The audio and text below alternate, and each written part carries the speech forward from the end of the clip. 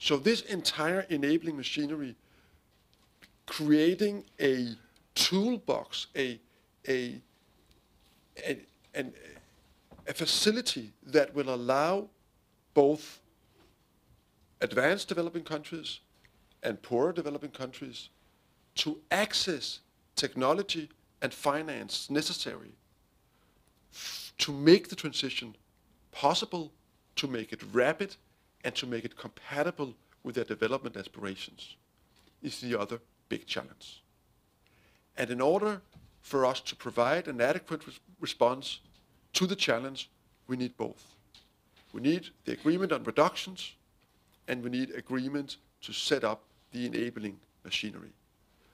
And this second part of the equation is very different because it's anything but a zero-sum game. It's about creating dynamics. It's about reinforcing policies. It's about innovation and dissemination of technologies. And to an extent, it's about reforming and building on existing institutions that we have, but also possibly about setting up new institutions and new corporations that would greatly enhance our collaborative effort in this regard. So this is what we need to achieve. These two small agreements on reductions and on the enabling machinery. And again, there'll be no power in this world that will force us to do so unless our own governments are convinced they need to do it. Each of them. So this is leading me to my second point, how we're going to achieve this.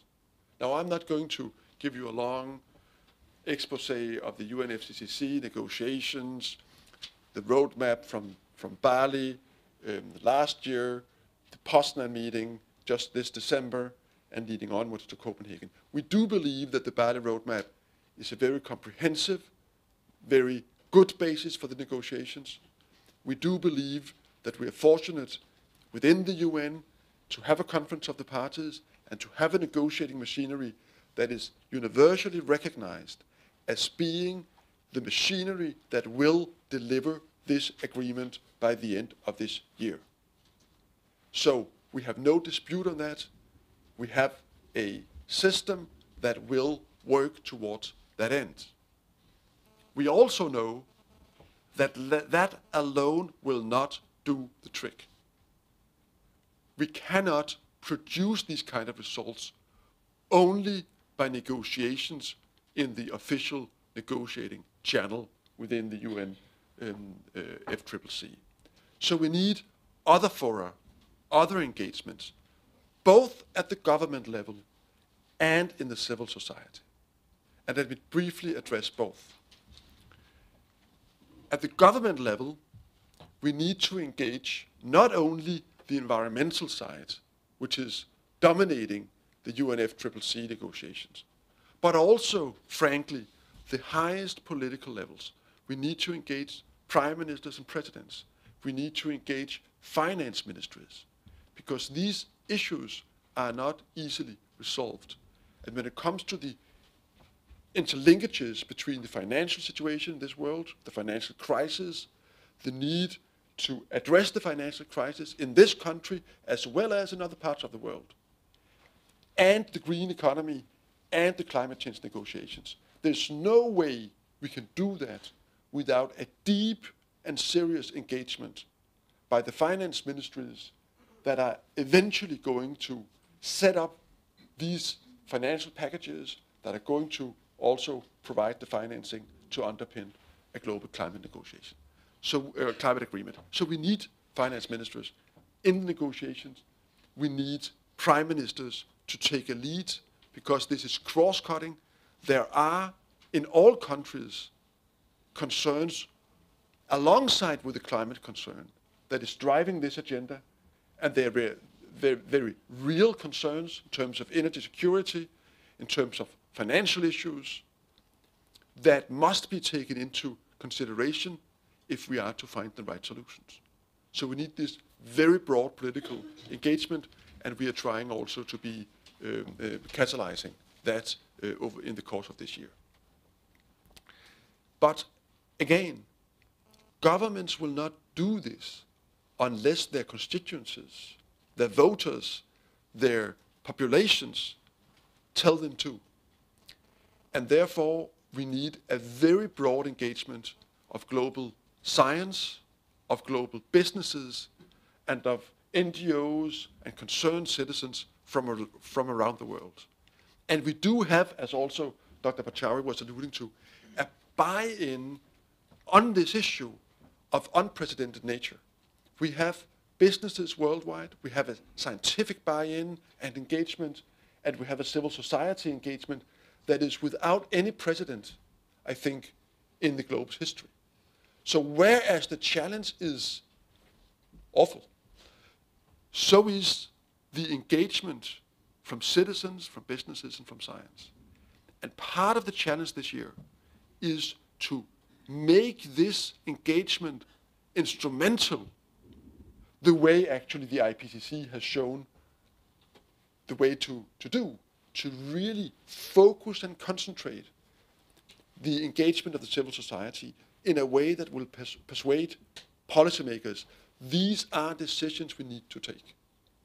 We have tried, in terms of hosts of COP15, to provide a channel for that in organizing, not we the government, but a consortium of leading world universities, a scientific conference by March, bringing together scientists from all over the world, not to review the IPCC work. There, I think we're all completely in agreement with the introductory remarks made by Dr. Pachauri, that there's no need and there's even a danger in trying to do that. But we do need science to tell politicians, if you want to base this on new technology, what are the decisions that you need to make in order for science to produce the answers? And this is what we hope to get out of the Copenhagen conference, bringing together scientists from a broad range of scientific fields, including social sciences and economy.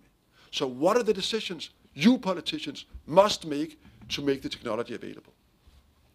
And 2 months later, in May, some of the world-leading business organizations, including the UN Global Compact, the World Business Council on Sustainable Development, World Economic Forum, is forming a consortium and organizing in Copenhagen a World Business Summit, bringing together some of the world-leading businesses to essentially formulate a coherent message to politicians.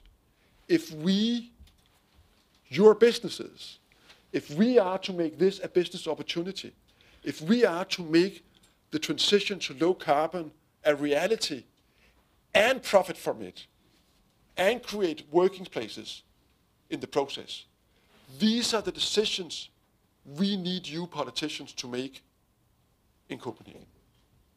So again, we're trying to make the engagement of businesses instrumental for the decision making in Copenhagen.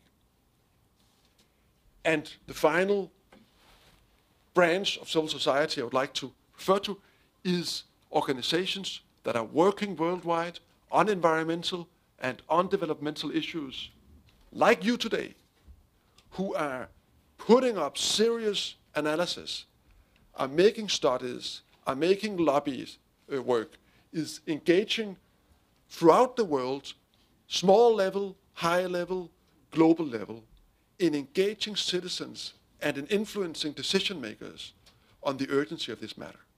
Without that kind of engagement, policymakers will not make the decisions. And there's no one who can force policymakers to make decisions other than you, citizens.